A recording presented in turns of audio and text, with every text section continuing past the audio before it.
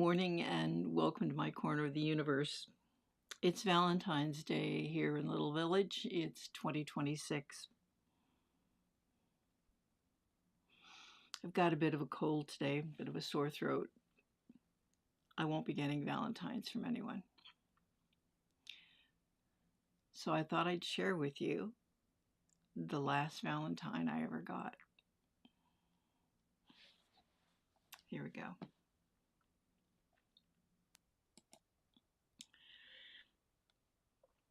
This is the last Valentine that I sent to my husband, Chris.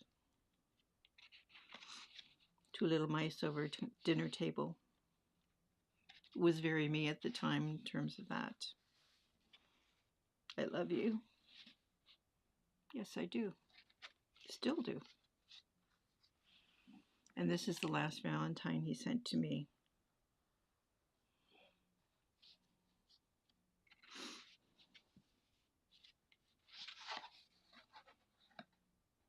Could not have made it through the year without you. All my love, Chris.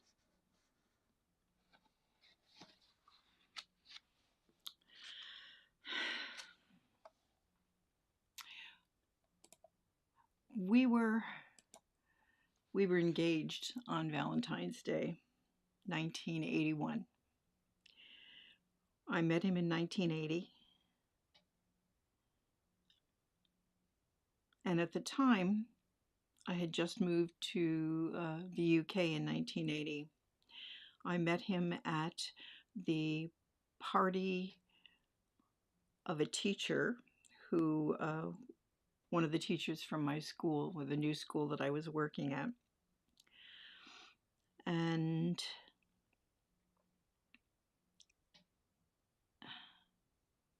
he was there because he knew, because the teacher had somebody visiting from the States, a friend, and that friend knew one of Chris's sisters and his niece, who was also living in the States at the time. So as a favor to them, he was showing her around London. And we met at the party that week. I took him home with me. We didn't sleep together at that time, although there was certainly a spark or two going on there. But it was as parties go, as we both had beverages, and so he slept on the couch. I slept upstairs, exchanged phone numbers the next morning, and off he went. And a couple of weeks later, we were sitting there with some other friends in the little house that we were sharing. And one of the guys said, well, if you'd sent me, made me sleep on the couch, I would never have called back.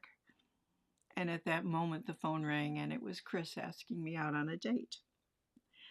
Now, funnily enough, I was coming home from school on a Friday, but I was going into London first, probably had a rehearsal. I was singing with London Symphony Chorus at the time, and so there were rehearsals 2 or 3 nights a week, and so I did a lot of traveling into London. It was a good time. And was sitting next to this teacher whose party that we had met at. And she said, are you doing anything this weekend? And funnily enough, I said, yes, I am. I'm going out for a meal, or I'm going out with Chris, and we're having a meal, and then we're going to see a band, and some friends of his will be coming along to see the band as well. And she says, well, that's interesting, because one of Chris's friends, who the teacher had met, had also called her about having a meal out and then meeting up with friends afterward. Turns out that the boys had decided that, well, we will meet up later just in case, if it all goes well, great. If it doesn't, at least we'll meet up later, and everybody, no harm, no foul. Everybody will have a decent evening. And so went on the date and met up with them, and the boys didn't realize that the girls already knew what the plan was, because girls always know what the plan is.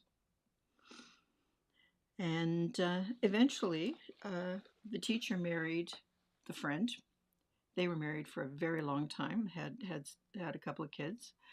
And Chris and I were married close to 40 years. We were together for close to 40 years before he passed. Excuse me. Oh,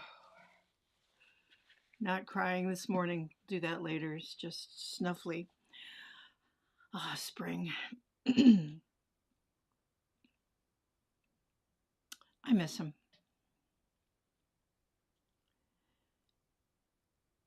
The grief doesn't overwhelm the way it did.